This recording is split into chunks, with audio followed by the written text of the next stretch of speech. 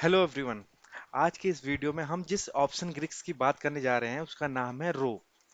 रो को हम इस सिंबल से डिनोट करते हैं। चलिए, रो के ऊपर चर्चा स्टार्ट करने से पहले हम एक न्यू कॉन्सेप्ट के बारे में समझते हैं जिसको हम सेंसिटिविटी एनालिसिस कहते हैं।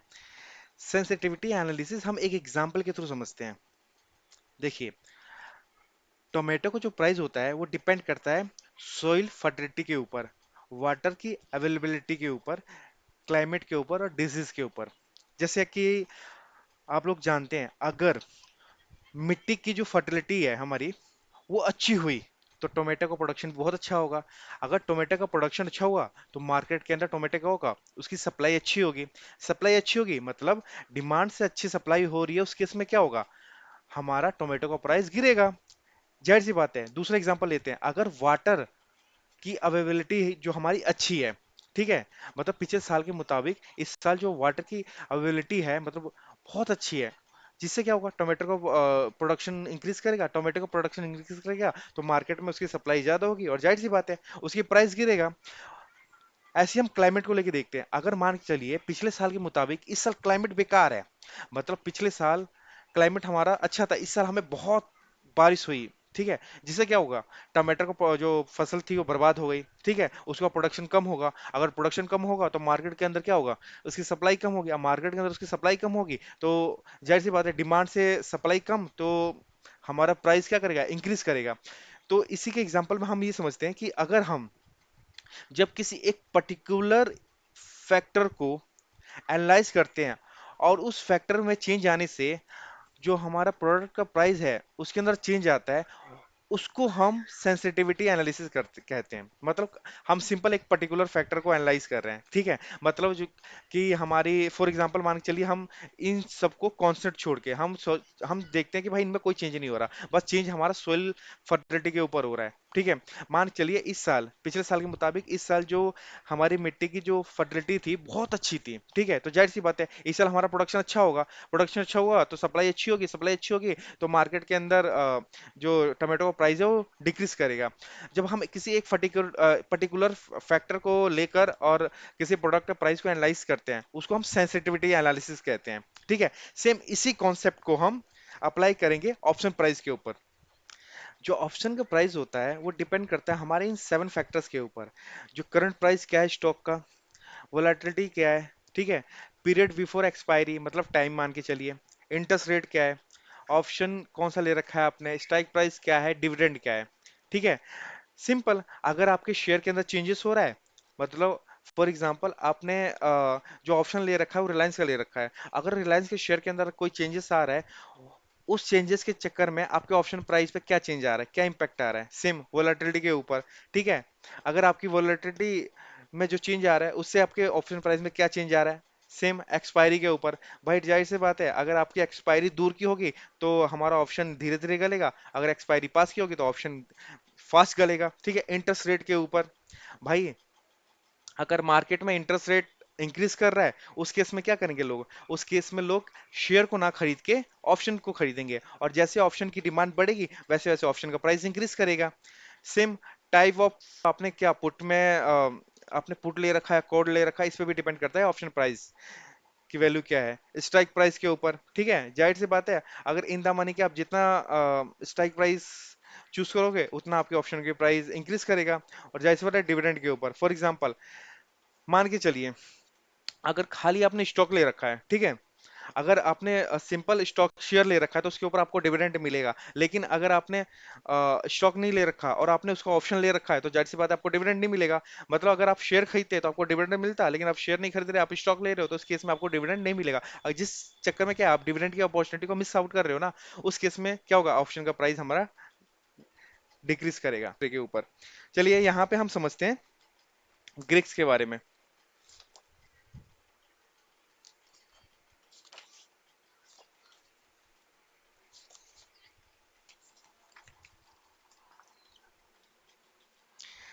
तो देखिए, जैसे कि आप लोग समझते हैं, यहाँ हमने क्या पढ़ा, सेंसिटिविटी एनालिसिस क्या कहते हैं, मतलब किसी एक पर्टिकुलर फैक्टर के चेंज होने पे हमारे प्राइस, प्रोडक्शन के प्राइस पे क्या चेंज आ रहा है, उसको हम सेंसिटिविटी एनालिसिस कहते हैं। सेम अगर हम सॉइल फर्टिलिटी के ऊपर चेंज आने से हमारे टोमेटो में क्या चेंज आ रहा है, ठीक है, उसको मान के चलिए, उसकी सेंसिटिविटी को हमने सेंसिटिविटी 1 कह दिया। ऐसी वाटर की अवेलेबिलिटी के चेंज होने पे, वाटर की अवेलेबिलिटी में चेंज होने से हमारे टोमेटो प्राइस में क्या चेंज आ रहा है, इसको मान के लिए सेंसिटिविटी 2 कह दिया। ऐसी क्लाइमेट में चेंज होने से हमारे टोमेटो प्राइस में क्या चेंज आ रहा है, उसको सेंसिटिविटी 3 कह दिया। सेम डिसीज के चेंज होने में, ठीक है, पिछले साल डिसीज हमारे काफी ज्यादा थे, इस साल हमारे कम है, तो जाहिर सी बात है इस साल जो डिसीज कम थे तो प्रोडक्शन हमारा अच्छा हुआ होगा, तो जाहिर सी बात है ये हमारा फोर्थ फैक्टर हो गया।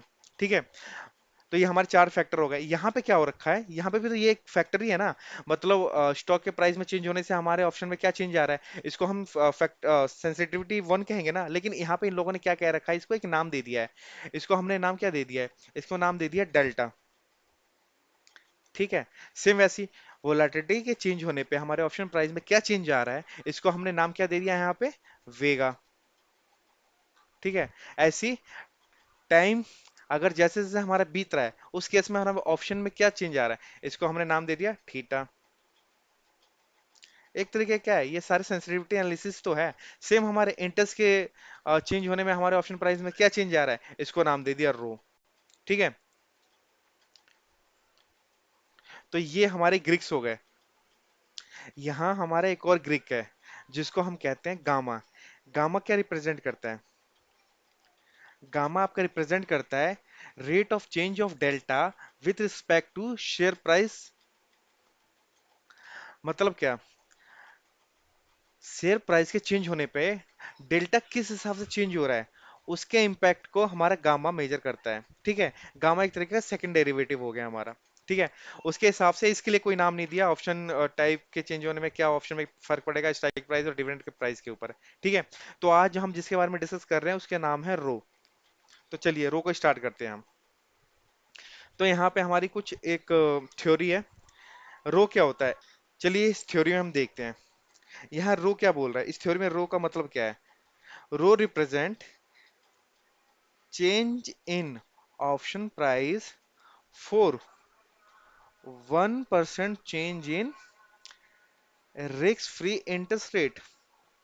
इसको हम रो कहते हैं, मतलब अगर 1% चेंज हो रहा है इंटरेस्ट रेट हमारा, उस चेंज के चक्कर में हमारे ऑप्शन प्राइस में कितना चेंज आ रहा है, उसको हम क्या कहते हैं, रो। उसको कहते हैं हम रो। रो क्या होता है, वो जनरली हमारा पॉजिटिव होता है कॉल ऑप्शन के लिए और नेगेटिव होता है पुट ऑप्शन के लिए। ये तो थ्योरी हो गई, अब चलिए इसको हम माइंड में विजुलाइज करते हैं कि आखिर इसका मतलब क्या है। जैसा कि हम जानते हैं, लॉन्ग कॉल जो होता है ना ऑप्शन, ठीक है, ये सब्स्टिट्यूट होता है किसका, लॉन्ग शेयर का। भाई मान के चलो आप रिलायंस के अंदर लॉन्ग जा रहे हो, आप रिलायंस में लॉन्ग हो, ठीक है, उसके अंदर रिलायंस को आपने बाय कर रखा है, होल्ड कर रखा है, आप चाहो तो रिलायंस को बाय ना करके आप उसका ऑप्शन के अंदर लॉन्ग जा सकते हो रिलायंस के।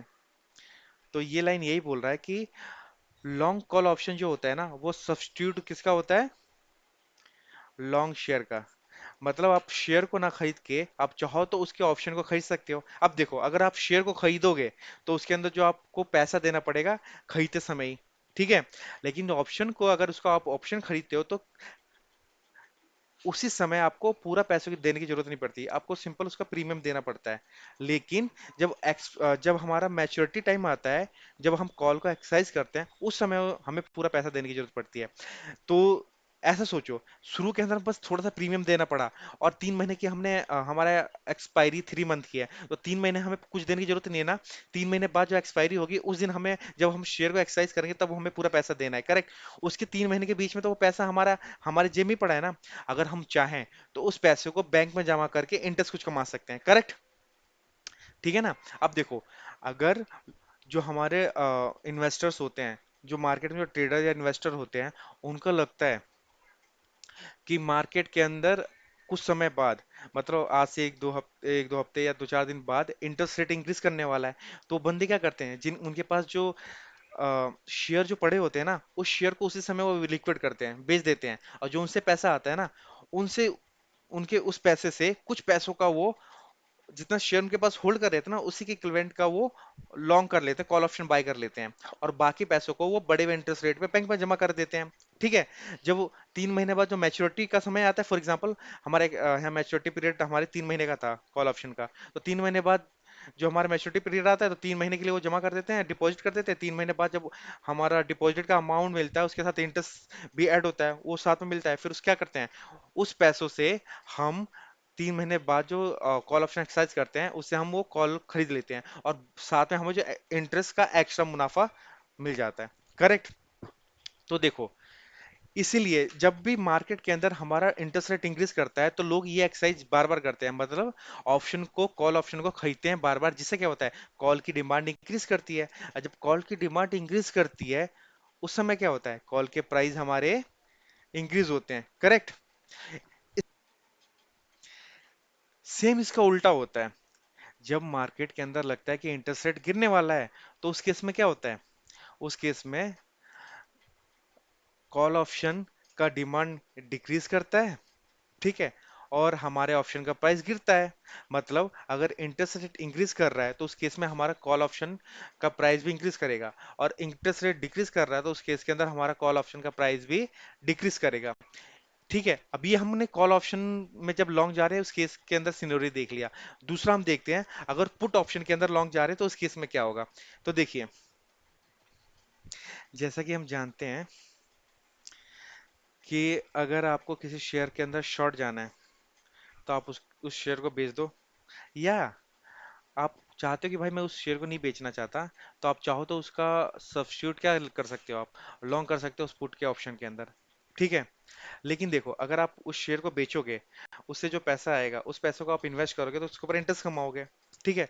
लेकिन आप अपने शेयर को ना बेचकर, ठीक है, और आप उसकी जगह लॉन्ग पुट के अंदर आप एंटर कर रहे हो, इसका मतलब अगर आप बेचते तो उससे पैसा आता, आप इन्वेस्ट करके उसके ऊपर इंटरेस्ट कमाते, आप उस अपॉर्चुनिटी को लूज कर रहे हो। ठीक है। तो लूज करके और आप पुट ऑप्शन बाय कर रहे हो, उस केस में क्या कहोगे आप, जो पुट ऑप्शन बाय करते समय जो पुट को सेल कर रहा होगा, राइटर होगा, पुट राइटर को, उसके ये बोलोगे ना कि भाई देखो, सब लोगों की तरह अगर मैं भी चाहता, तो ये सेल करके और इसके ऊपर इन्वेस्ट करके इस पे अच्छा खासा इंटरेस्ट कमा देता, और इंटरेस्ट बढ़ रहा है तो इस पे और अच्छा आता। लेकिन मैं वो ना करके आपका पुट बाय कर रहा हूँ, तो मुझे पुट की जो वैल्यू है ना, वो कम रेट पे चाहिए। मतलब उस समय क्या होता है, पुट ऑप्शन का प्राइस हमारा गिरता है। इसका उल्टा क्या होता है, अगर मान के चलो, अगर इंटरेस्ट रेट हमारा क्या हो रहा है, कम होने वाला है, तो उस केस में क्या होगा, हमारा पुट का प्राइस इंक्रीज करेगा। इसका बिल्कुल सेम इनवर्स क्या होगा, अगर हमारा इंटरेस्ट रेट गिरने वाला है, तो हमारा पुट का प्राइस इंक्रीज करेगा।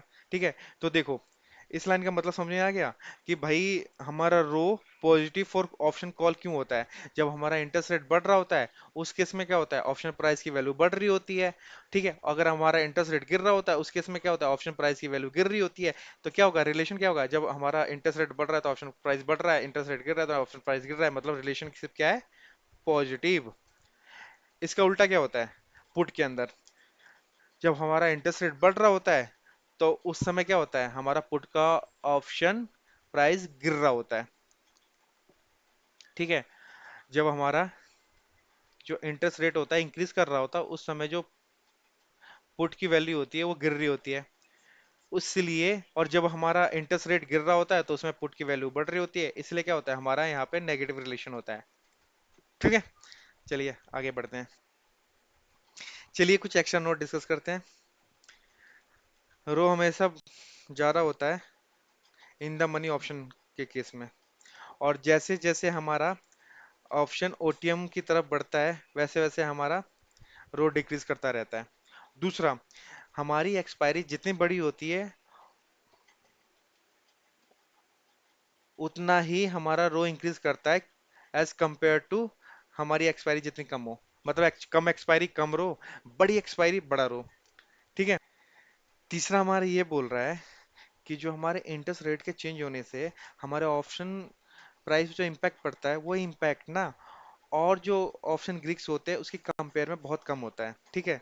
और दूसरी ये बोल सकते हैं कि और जो ऑप्शन ग्रीक्स होते हैं ना उसकी कंपेयर में हमारा रोल लिस्ट इंपॉर्टेंट होता है।